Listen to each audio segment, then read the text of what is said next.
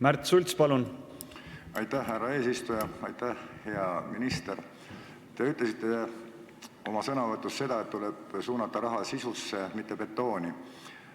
Kuidas te selgitate sellist asja või kuidas te tagate, et lasteaiaõpetaja valmistab lapse ette kooli, tugispetsialist valmistab lapse ette selleks, et ta saaks klassi minna ja korralikult õpetatud, ja kui õpetajal tekivad distsipliiniprobleemid, tugispetsialist tuleb appi, ja siis, kui tekivad mingisugused seadusandlikud vaidlused, siis tuleb appi põhikooli gümnaasiumi seadus.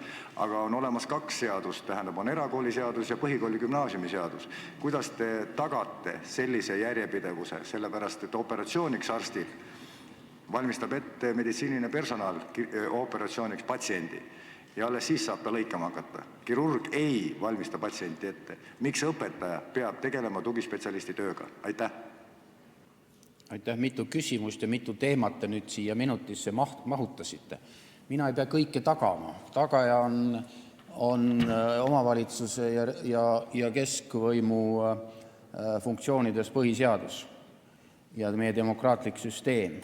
Minul on vastutada riigipoolne osa eelkõige ja koostöö omavalitsustega, mida ma ka teen, ja konkreetselt üks lõik sellest. See on haridus, teadus.